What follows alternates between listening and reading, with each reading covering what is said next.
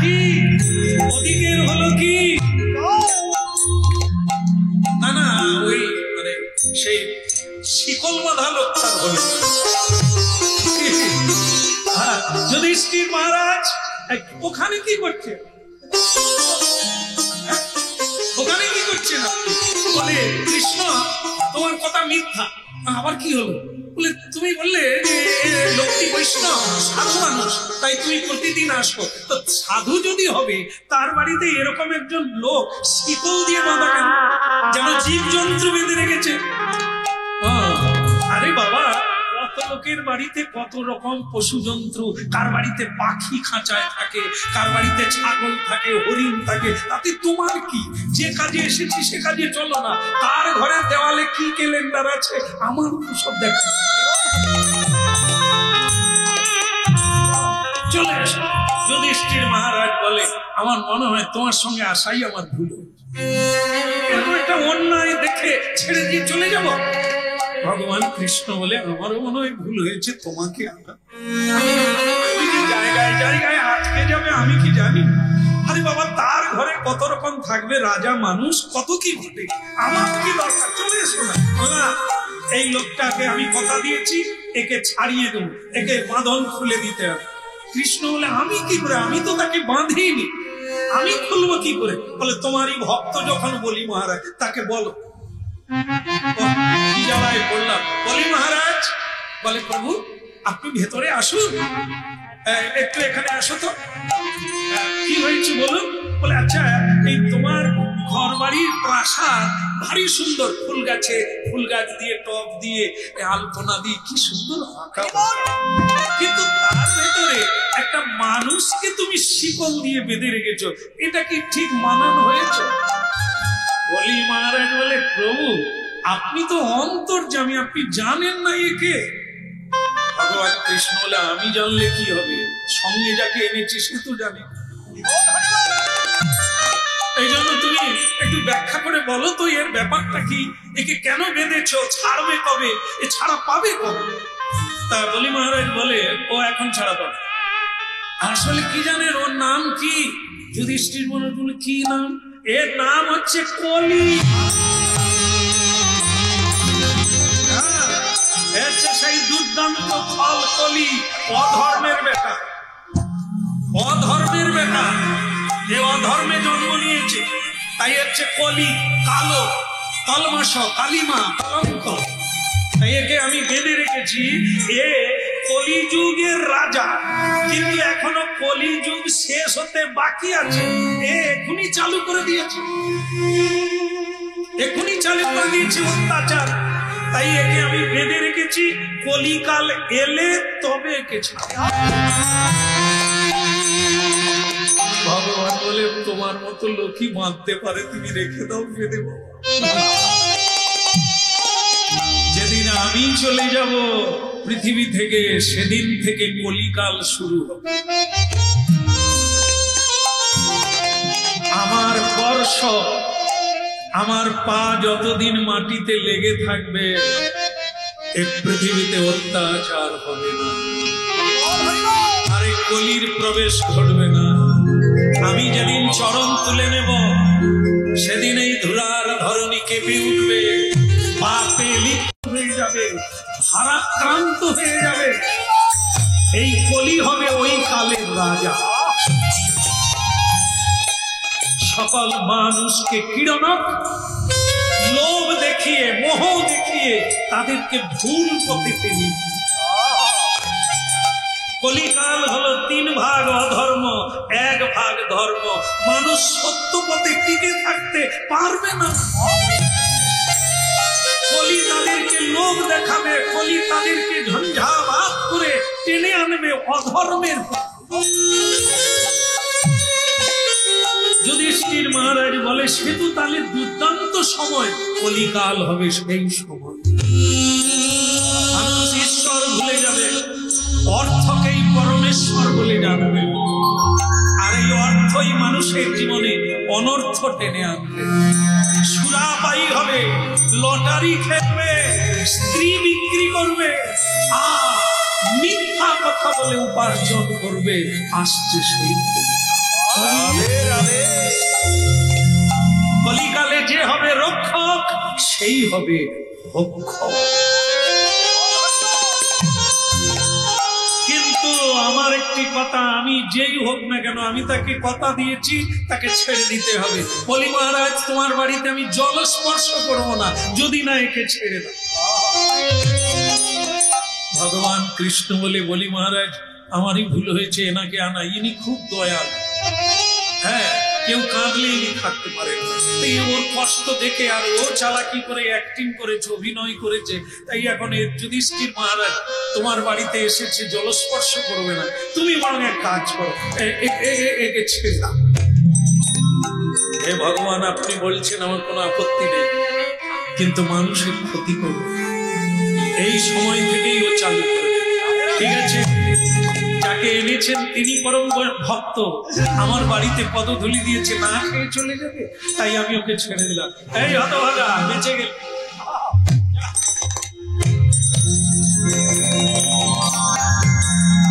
ভক্তমন্ডলী মায়েরা, কলি অনেকদিন বাঁধা ছিল তো, এখন সে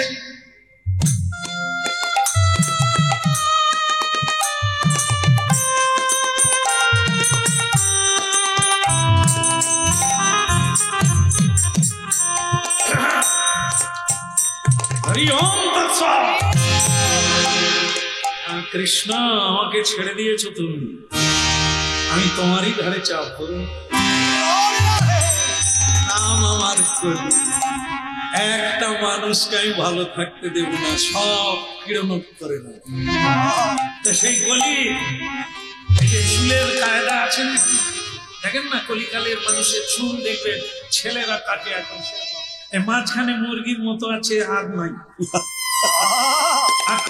দেখেন না, তাই আমার তাতেই 3-4টা কালা। হ্যাঁ, ওই মোটর বাইক নিয়ে যাচ্ছে আর কলিকালের কুমারী মেয়েরা যেন রাজপুত্র চলে গেছে। এ রাজকন্যা জানে না বাইকটা ওর বাবার পয়সা, আর এরা জানেন তো আমরা পাম্পে তেল ভরি, ওরাও পাম্পে যায়, দাদা 50 টাকার তেল, আগে কত দূর যাবে? 2 লাখ টাকার বাইক, 50 টাকার তেল। আরে ঘর যেতে পারবি? খেলা শুরু করতে হবে। কি করবে? ওটাও তো পকেট মেরে এনেছে, বাপের পকেট মেরে। আর এরাই এমন স্টাইল মারবে কলির মতো, যেন মনে হবে যে রাজপুত্র রয়েছে। আর কত কুমারী মেয়েরা এদেরই পাল্লায় পড়ে ধিদুল হয়ে ঘরে ফিরে। এরা তো রূপ দেখে, চুলের ঝলকানি দেখে, চামড়ার ঝলকানি দেখে, গুণ দেখে। অনেক গুণের গুণধর, কিন্তু তার চামড়াটা কালা বলে তাকে পছন্দ। গোরা চায়। হ্যাঁ, ক্যামেরাম্যানও হাসতেছে। ওই লাইনে যাসনি, হালে মুলে সব হারা।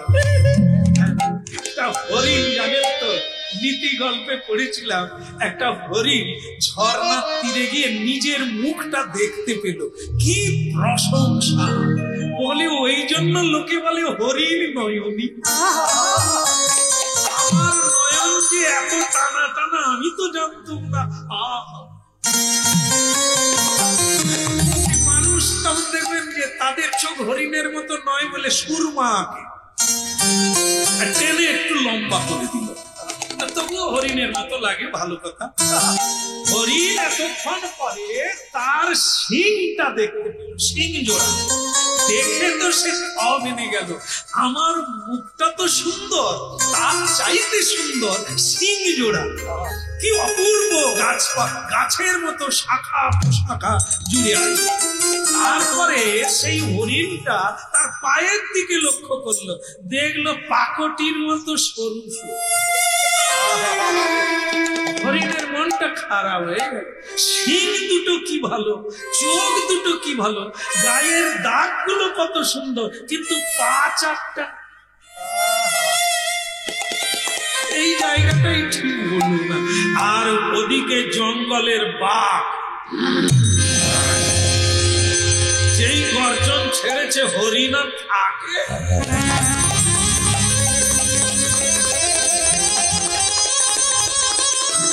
ছুট লেপালা গেল বটে, কিন্তু একটা জঙ্গলে লতা পাতা ঝুলেছিল, হরিণটার শিং দুটো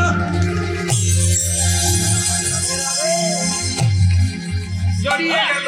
ভক্তমন্ডলী মায়েরা বলো, যাকে ভালো বলল সেই শিং জোড়া সেই জড়িয়ে গেল, আর বাঘের পেটে চলে গেল হরিণ। কে ছুটিয়ে আনলো? যার নিন্দা করেছিল। এই নীতি গল্পে আছে, রূপের অহংকার করো না, রূপের পূজা করো না। রূপ বড় খতরনাক, এই তোমাকে জালে জড়িয়ে দেবে আর তোমার মৃত্যু অবশ্যম্ভাবী। ওই হরিণ লতা পাতায় শিং জোড়া দুটো যদি না থাকতো ও বেঁচে যেত। তাই ভক্তমন্ডলী মায়েরা, কি করা, আমরা সকলে রূপের পূজারী। যেখানে রূপ আমরা সেখানে ওই পিপিলিকার মতো পাখা গজিয়ে আগুনে পুড়ে মরে, ডানা পুড়ে গিয়ে হাবুডুবু। বলো না আমার বলিতে তাহা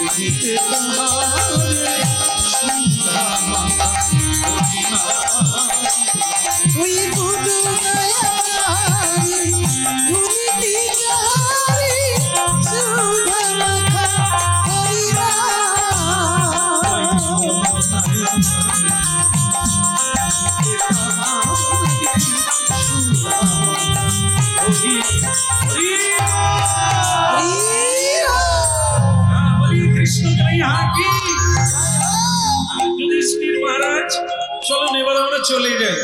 হ্যাঁ, তা যুধিষ্ঠির মহারাজ বলে, ওই কলি ছাড়া পেয়ে কি যেন বলে গেল, বলে ও তুমি বুঝবে না, ভালো ভালো ঘরে চলো। এখন যুধিষ্ঠির মহারাজকে নিয়ে যাচ্ছে, রাস্তায় যেতে যেতে যুধিষ্ঠির মহারাজ বলে, কৃষ্ণ বড্ড রৌদ্রু লেগেছে, বড্ড তাপ লাগছে, একটা গাছের ছায়ায় দাঁড়ালে হতো না? কৃষ্ণ বলে, রোদ লাগুক আর বৃষ্টি পড়ুক, পালিয়ে চলো, সেটাই ভালো, কারণ তুমি বুঝবে না, তুমি কলিকে ছেড়ে দিয়েছো, কি কাণ্ড করবে তার ঠিক নাই, তুমি বরং পালিয়ে চলো। যুধিষ্ঠির মহারাজ বলে, তোমারও ভয় আছে, আমি এই দেখব, চলো ওই বট গাছের তলায় দাঁড়াই। ভগবান বলে, বাবলা গাছের তলায় দাঁড়াবো, সেও ভালো, বট গাছের তলায় দাঁড়িয়েও না। যুধিষ্ঠির মহারাজ বলে, ঠান্ডা সীতামা তাকে আশীর্বাদ দিয়েছে বট বৃক্ষকে, তার তলায় যে দাঁড়াবে তার হৃদয় শীতল হয়ে যাবে, চলো ওইখানে। এইবার বট গাছের তলায় দাঁড়ালো। যুধিষ্ঠির মহারাজ বলে, দেখো না কি শান্তি পেলাম, কি সুন্দর ঠান্ডা, কত ছায়া। হঠাৎ দেখা গেল বৃষ্টি নেমে গেছে। যুধিষ্ঠির মহারাজ বলে, কৃষ্ণ বৃষ্টি পড়ছে, চারিদিকে রোদ, অথচ বৃষ্টি কেন? ভগবান বলে তোমাকে বলেছিলাম খেজুর গাছের তলায় দাঁড়াও, তুমি বট গাছের গোড়ায় দাঁড়ালে। এখন বৃষ্টি কোনো জায়গায় হয়নি, বট গাছের গোড়ায় বৃষ্টি হচ্ছে। তার যুধিষ্ঠির মহারাজ এরকম মুছতে মুছতে খানিকটা বৃষ্টি মুখে ঢুকে গেছে। আর যেই মুখে ঢুকে গেছে, যুধিষ্ঠির মহারাজ বলে কৃষ্ণ, এতদিন আমি জানতাম যে সমুদ্রের জলকে বাষ্পায়িত করে সূর্যদেব আকাশে নিয়ে নেয়, তারপর তাকে ফিল্টার করে তাকে মিষ্টি করে, মিষ্টি জল বৃষ্টির দ্বারা পৃথিবীতে বর্ষণ করে, তাই লোকে চাষবাস করতে পারে। কিন্তু এ বৃষ্টি নোনা নোনা লাগছে। ভগবান বলে বোধহয় ফিল্টার করতে মনে ভালো না, এত ফিল্টার করছে। তো বলে বৃষ্টির জল কখনো নোনা নোনা লাগে? বলে আমি তো খেয়ে দেখলাম নোনা লাগছে। কৃষ্ণ বলে সব জায়গায় রোদ আছে, কোথাও বৃষ্টি নাই, শুধু বট গাছের তলায় বৃষ্টি হচ্ছে, কায়দা বুঝতে পারো না। যুধিষ্ঠির বলে সরল মানুষ বাবু, আমি অত বুঝি, এই বট গাছের তলায় বৃষ্টি হচ্ছে, তা আবার নোনা বৃষ্টি। ভগবান কৃষ্ণ বলে আপনার না হয় সরল ঠিক আছে, আপনি এত দিকে তাকাচ্ছেন, উপর দিকে একবার তাকান, বৃষ্টির উৎপত্তি কোথা থেকে, মানে কোনখান থেকে? সেই যন্ত্র তো এইখানে আছে। যুধিষ্ঠির মহারাজ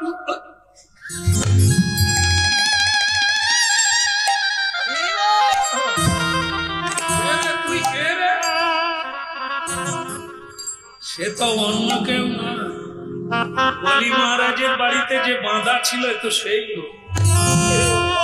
সে বট গাছের উপরে বসে প্রস্রাব করছে, লাগবে নি বৃষ্টি,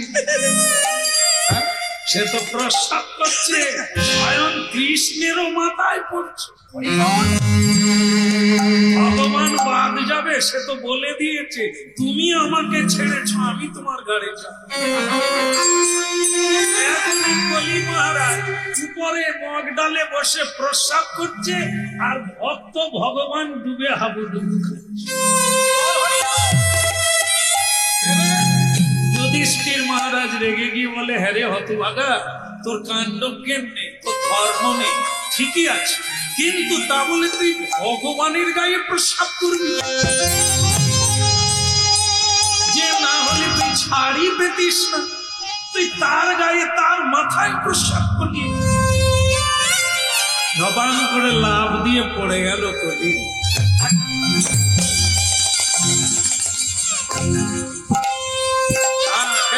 क्या बात, मेरे को पहचाना है क्या? मैं कौन है? मैं वही हूँ, मैं वही हूँ जिनका नाम हो रहा है कली।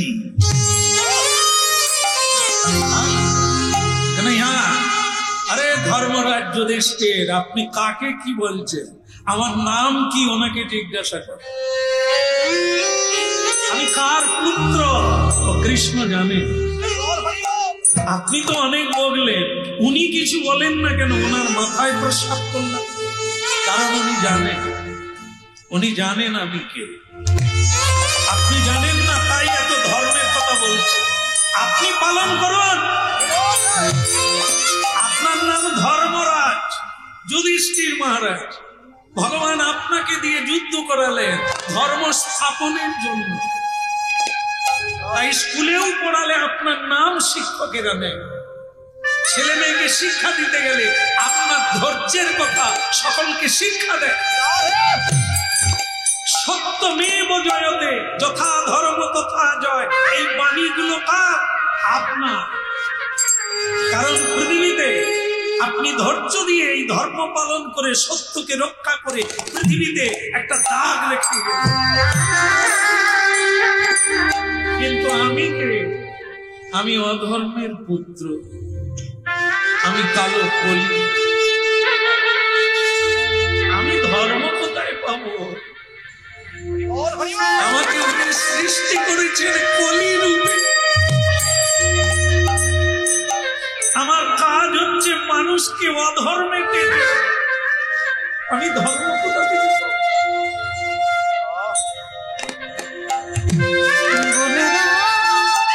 কাকও কালো, কোকিলও কালো, কিন্তু ভগবান কোকিলকে কণ্ঠ দিল, কাককে দিল।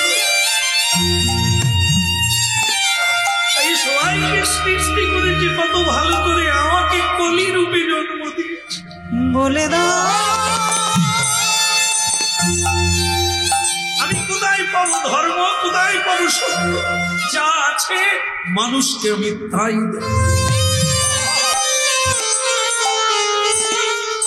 ভক্তমণ্ডলী মায়েরা, এই ঘটনার পরে কলিকাল শুরু হয়ে গেল। ভগবান শ্রীকৃষ্ণ চলে গেলে 125 বৎসর লীলা। সেদিন থেকে কলিকাল শুরু হয়ে গেল। আর এই কলি আশ্রয় নিল কথা স্বর্ণকারের বাড়িতে। ভক্তমণ্ডলী মায়েরা, ভাগবত কথা আপনারা শুনেন, আপনারা জানেন, ঘরে ঘরে পড়ে। সেখানে কলিকালের রাজা পরীক্ষিত মহারাজ, অর্জুন পুত্র, তিনি বলেছিলেন, এই কলির সঙ্গে তার সাক্ষাৎ হয়েছিল। কলিকে তিনি মারতে চেয়েছিলেন। কলি তাকে জায়গা চাইল, আমাকে মারবেন না, আমাকে জায়গা দেন, যেখানে থাকতে বলবেন আমি সেই।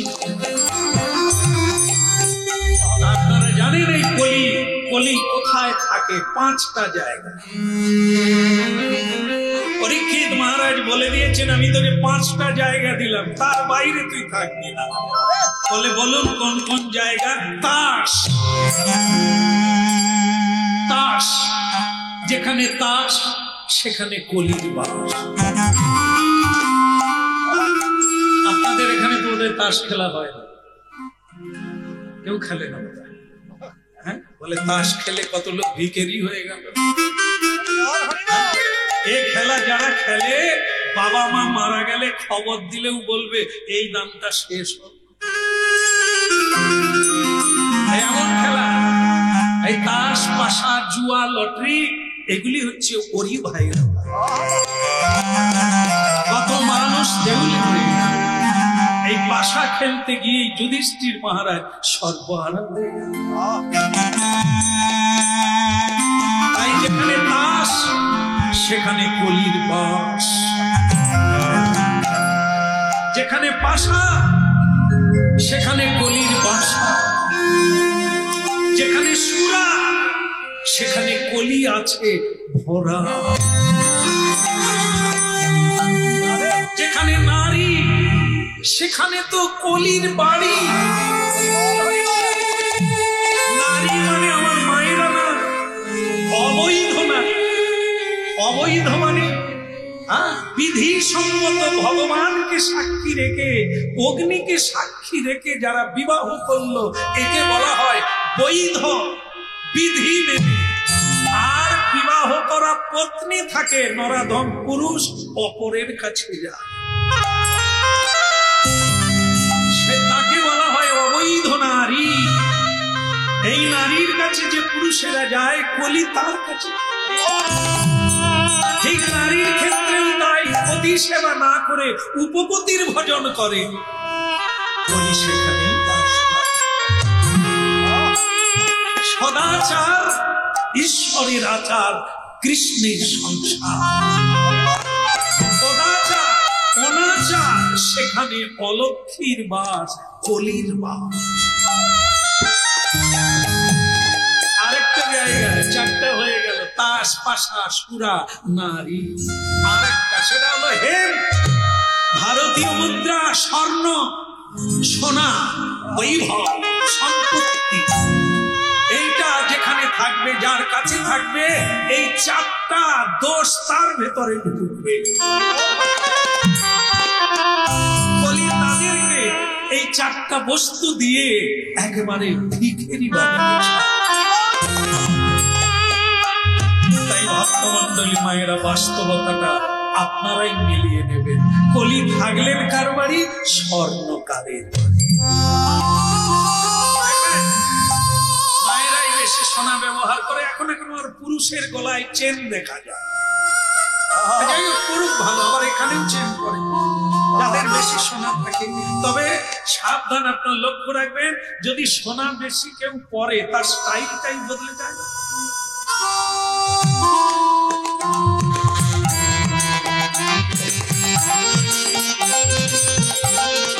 দেখবেন মাথায় কাপড় থাকবে না, গায়ে কাপড় থাকবে না, খুলে গেলে কেন হাতটা লোকে দেখুক, নেকলেসটা।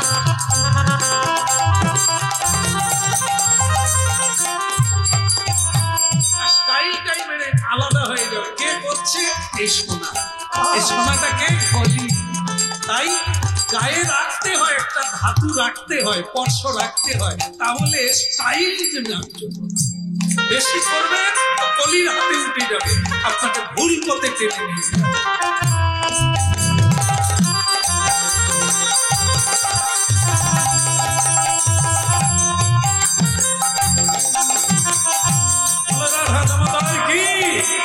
কৃষ্ণ কন্হা কি কি হলো? ভজ দে আমার ভজ দে আমার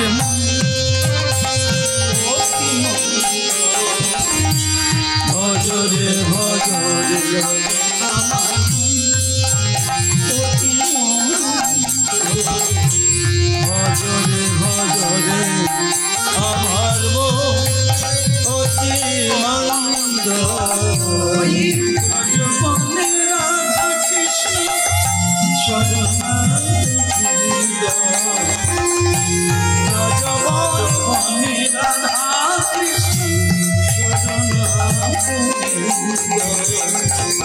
ভজরে আমার ভজরে আমার অতি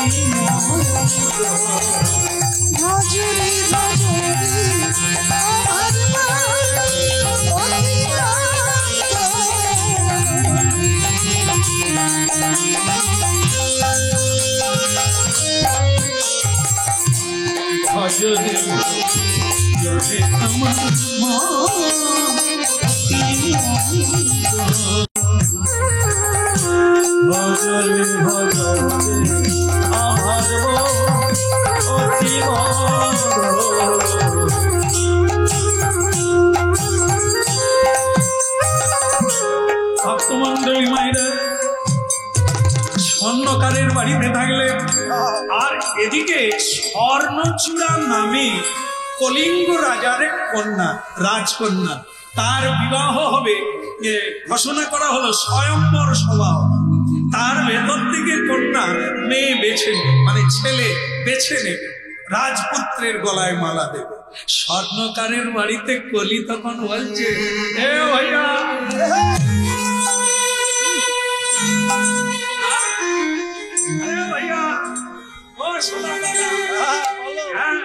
আরে তুই কি, আমি বুড়ো হয়ে যাচ্ছি, তুমি দেখতে পাচ্ছ না একটা মেয়ে জোগাড় করতে পারো না? মানে ভক্তমন্ডলী মায়েরা, কলি সবসময় একেবারে সুরা খেয়ে বিপদ হয়ে আছে, চোখ লাল হয়ে আছে। আরেকটা আমার জন্য মেয়ে দেখো। স্বর্ণকার বলে, আমি খোঁজ পেয়েছি, সোনা দানার গহনার অর্ডার পেয়েছি, রাজকন্যার স্বয়ম্বর হবে। বলে তাহলে তো তুমি আমায় একটু সাজিয়ে দিলে বিয়েটা আমার সঙ্গে। পৃথিবীতে এমন কোন যুবরাজ নেই যে আমার মায়ের সঙ্গে পেরে উঠবে। এমন ফার্স্ট ক্লাস যুবরাজ সেজে যাব, ও মালা আমার গলায় ছাড়া অন্য কারো গলায়।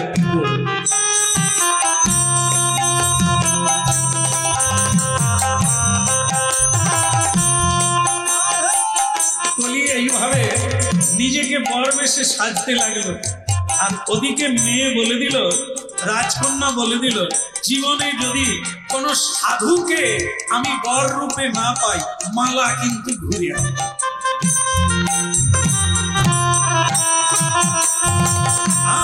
আমি চাই স্বামী ধার্মিক হবে, কারণ কলিকালে ধর্মপথে থাকতে গেলে প্রতি মানে ধর্মপরায়ণ হতে হবে। বলো রাধা রানী কি। দেখেন আমি শেষটা বলে দিই, সেটা হলো এই, শেষ হতে যাচ্ছে। এখানে অনেক মায়েরা আছে, আমার পূজনীয় মা আমার প্রণম্য মা। দেখে মায়েরা আছে, মায়েরা প্রতিদিন রান্না করেন না? করেন তো। অনেক হয়তো রিটায়ার হয়ে গেছে, হতে পারে, কিন্তু করেছেন সারা জীবন। তাহলে রান্না সারা জীবন করলেন, কিন্তু খেলো কে? আপনার রান্নাটা কোনোদিন কি মন্দিরে ঢুকেছে যেখানে ভগবানের ভোগ? যদি না হয়, আপনার অত্যন্ত অনুশোচনা হওয়া দরকার। রান্না করলেন সারা জীবন, কিন্তু আপনার রান্না ভগবানের সেবায় লাগলো না। সেবা করলো, কিন্তু কোনোদিন আপনার হাতে সাধু সেবা পেল। তাহলে আপনার মানব জীবনের লাভ কি? তাই ভক্তমন্ডলী মায়েরা, মা পার্বতী 1000 বৎসর তপস্যা করে ভোলানাথকে বিয়ে করেছে। অনেক দেব দেবী, অনেক দেবতা তাকে বিয়ে করতে চেয়েছিল, কিন্তু মা পার্বতী বললেন না। যদি বৈষ্ণব স্বামী পাই, তাহলে আমি যে রান্নাটা করব সেটা ভগবান বিষ্ণুর ভোগে। আমি যে বাসনটা ধুইব সেটা বৈষ্ণবের উচ্ছিষ্ট হবে। যেখানে ঝাড়ু লাগাবো সেইটা সংসার নয়, সেটা মন্দির হবে। এই জন্য ভেবে করতে হবে, কারণ মানব জীবনটা তো আর স্থায়ী নয়, এ তো দুদিনের খেলা। এই দুদিনের খেলা, এই আজকাল পরশু, ভবলীলার সাঙ্গ। তাই সেটা এই খেলা না। একটা বিয়ে করলাম, 2টো বাচ্চা হয়ে গেল, বাস। এই একটা গাড়ি চললাম, বাড়ি বানালাম, বাস না। এটা মানব জীবন নয়।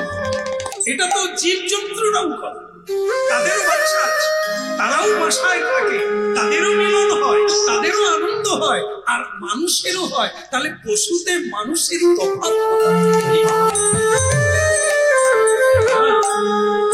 পঞ্চম পুরুষার্থ, ধর্ম, অর্থ, কাম, মোক্ষ, এটা হচ্ছে চতুর্বর্গ পথ।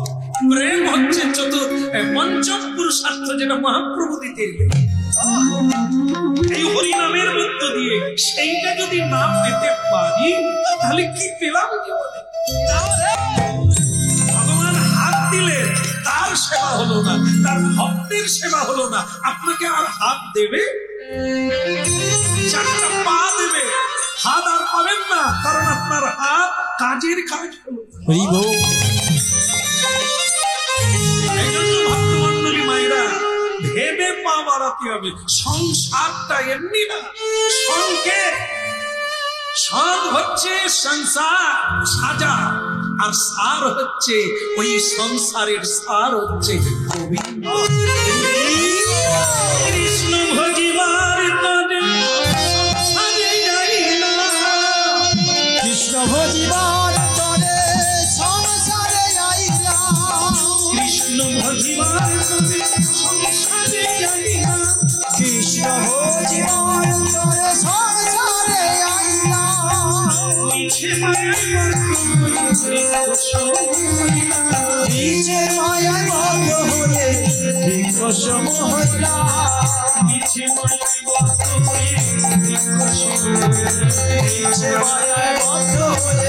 বিকশম হইলা। রূপে পৃথিবীতে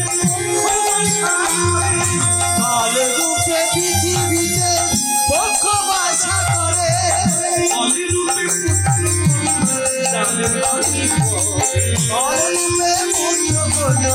ডাল ভাঙি পড়ে,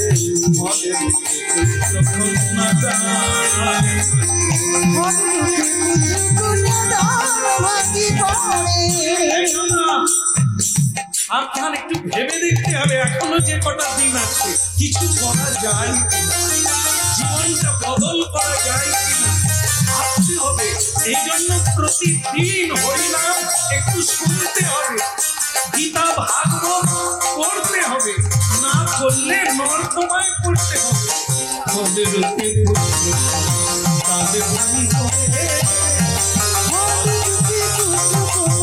ডাল ভাঙি করে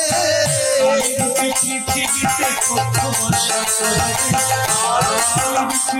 পৃথিবীতে কত আশা করিবে ফল রূপে